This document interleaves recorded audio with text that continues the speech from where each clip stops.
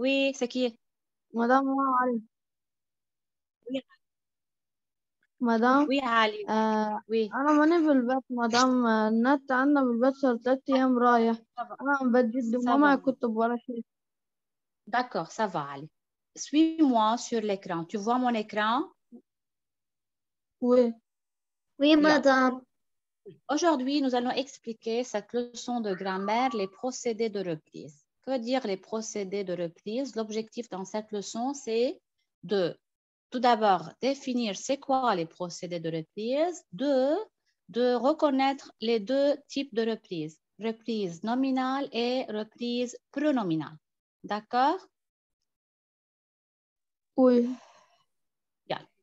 Donc, tout d'abord, avant de donner la définition des procédés de reprise, nous allons lire ensemble ces deux paragraphes.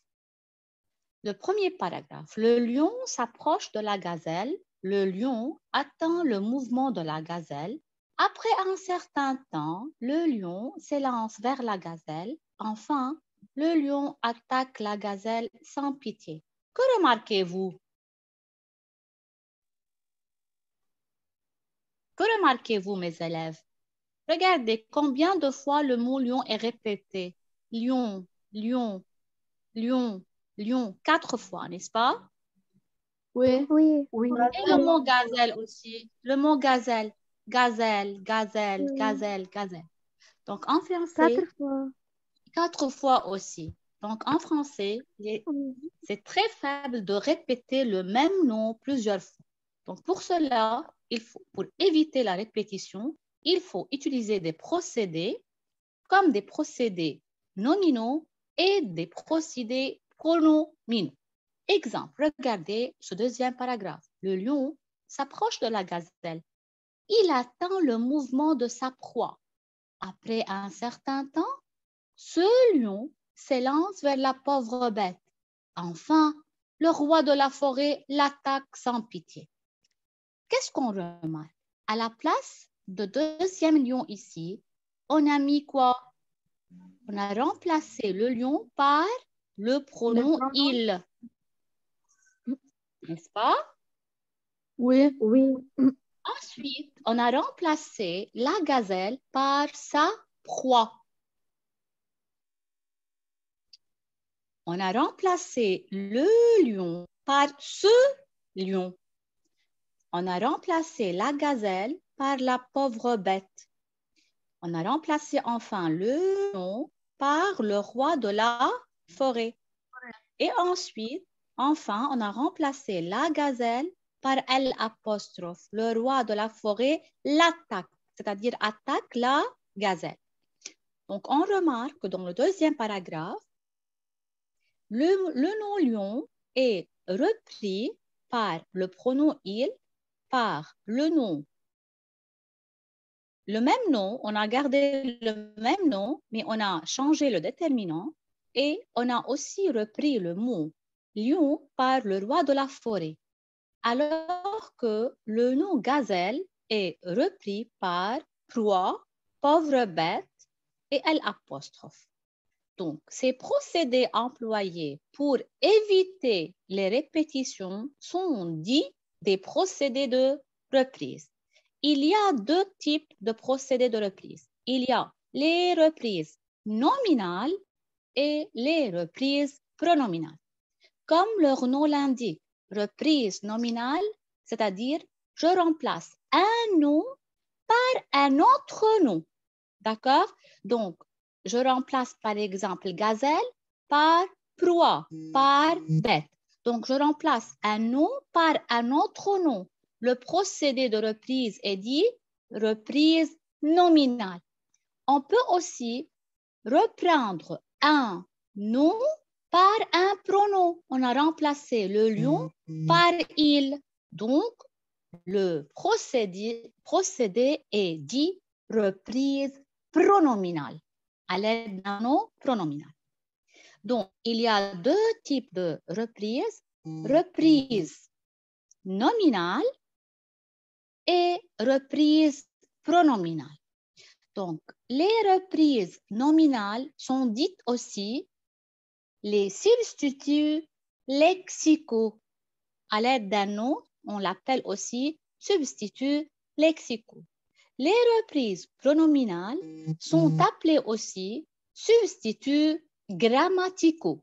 Donc, lorsque je remplace un nom par un autre nom, la reprise est dite reprise nominale ou substitut lexical. Au pluriel, on dit substitut lexicaux. Lorsque je remplace un nom par un pronom, la reprise est dite substitut grammatical ou bien reprise pronominale. D'accord jusqu'à maintenant? Oui. Oui. Quelles sont maintenant les reprises nominales? Par quoi je peux remplacer un nom? Tout d'abord, on peut garder le même nom, mais je change le déterminant. Comme on a fait ici avec le lion, la troisième fois, on a dit ce lion. C'est-à-dire, on a gardé le même nom, mais on a changé le déterminant. À la place de le, on a mis le déterminant démonstratif ce lion. Autre exemple, il a acheté une montre. Cette montre a une grande valeur. Qu'est-ce qu'on a fait ici? Donc, le nom montre est gardé, montre, mais on a changé, on a remplacé une par 7. C'est la première méthode, c'est garder le même nom en changeant le déterminant. Clair jusqu'à maintenant? Oui. D'accord. Deuxième mot. Oui, je peux remplacer un nom par son synonyme. Par exemple, il possède une voiture. Ce véhicule est très puissant. Le nom véhicule, c'est le synonyme de nom voiture. Ça signifie la même chose. Voiture est un véhicule. Donc, on peut remplacer le nom par son synonyme.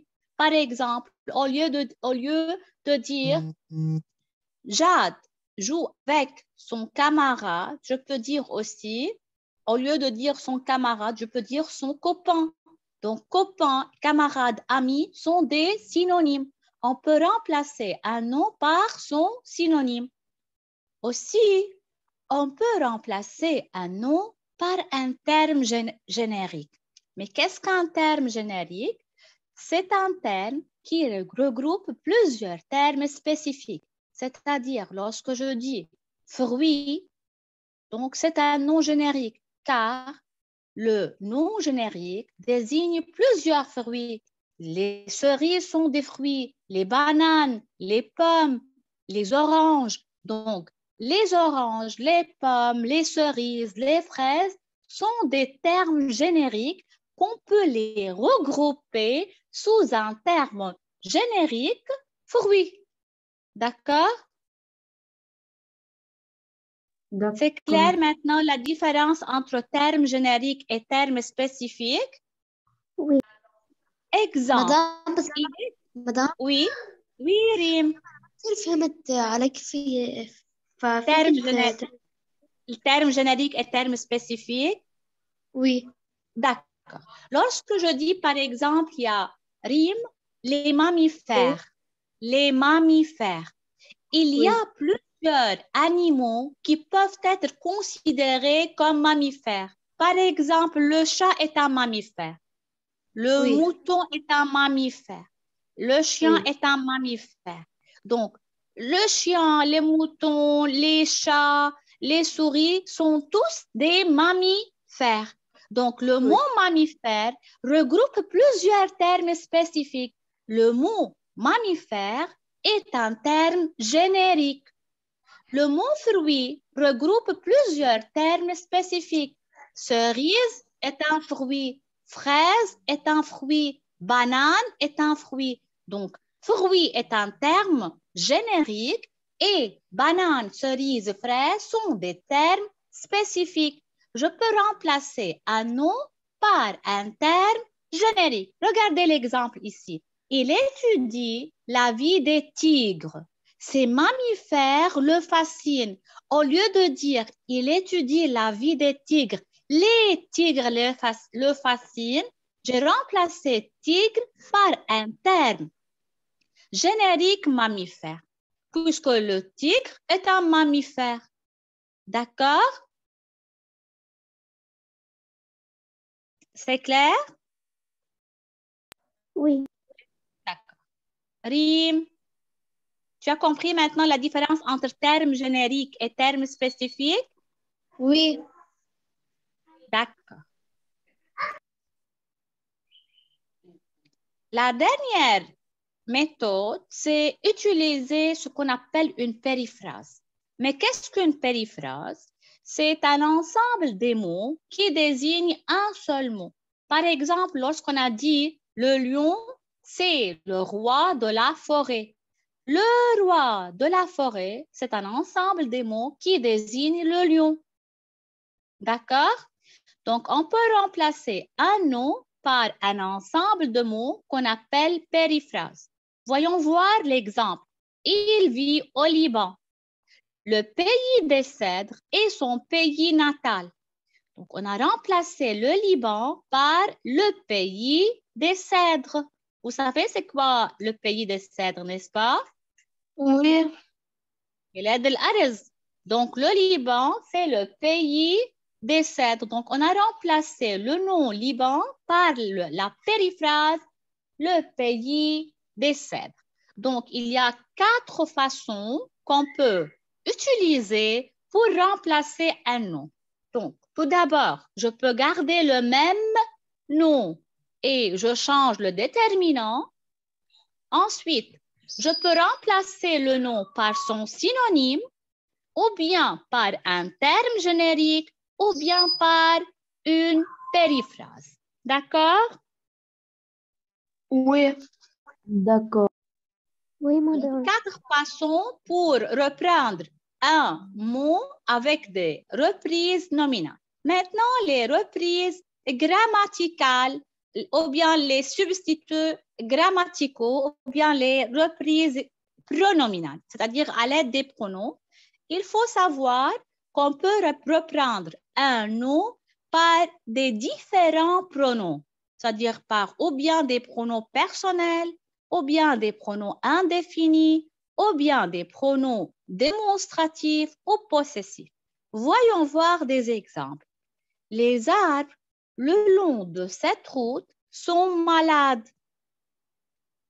Ils abattus. Donc, les arbres seront abattus. Il ici remplace les arbres. Donc, il est une reprise pronominale, mais dans cette phrase, on a choisi un pronom personnel. Donc, il, je, tu, il, elle, nous, vous, le, la, les, l'apostrophe sont des pronoms personnels. On peut remplacer par un pronom indéfini. De nombreux artistes sont présents. Certains sont très célèbres. Ici, on a remplacé artiste par certain, qui est un pronom indéfini.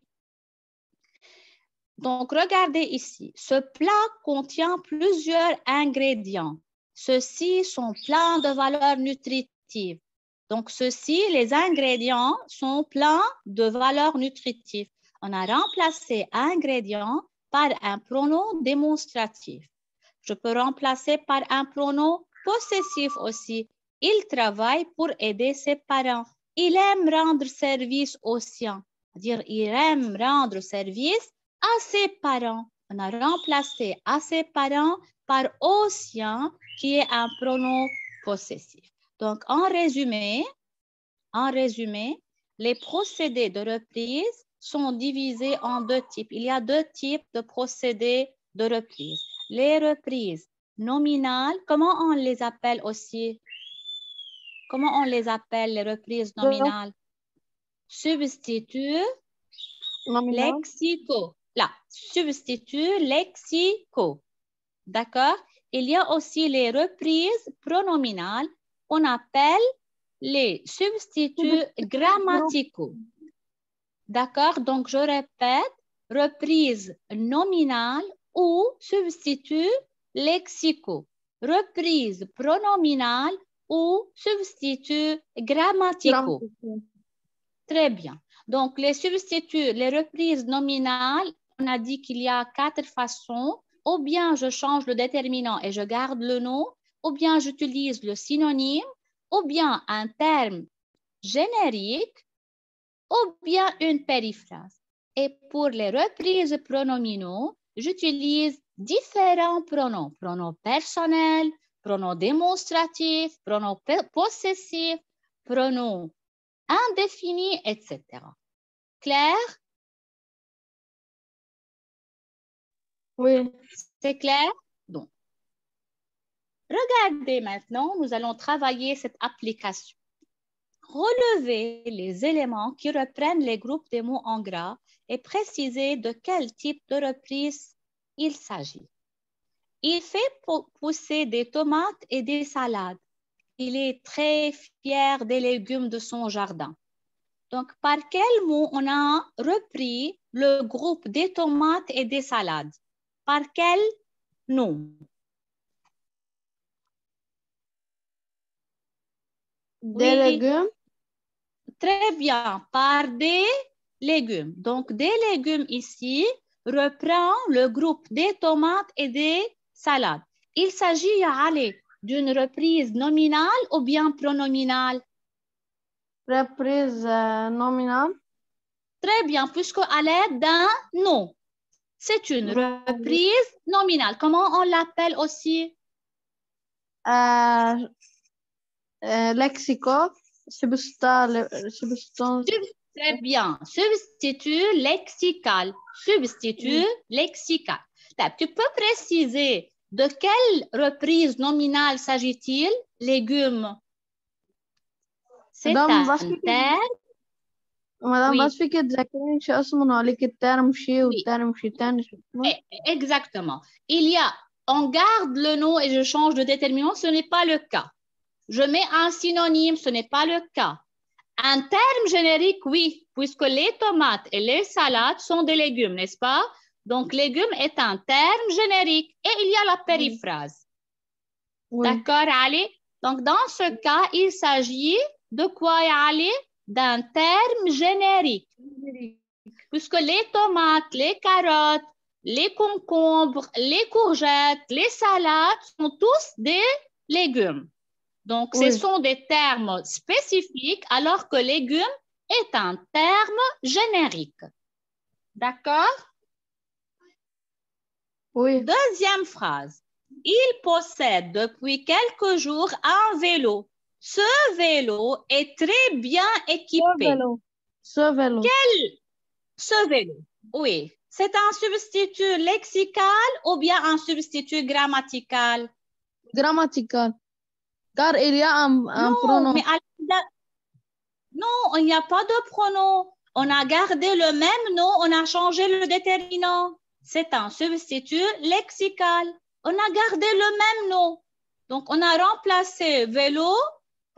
On n'a pas remplacé, on a gardé vélo. Un nom et un nom. Donc, c'est un substitut nominal. Mais juste, on a changé, exactement, on a juste changé le déterminant. À la place de l'article indéfini 1, on a mis le déterminant démonstratif ce.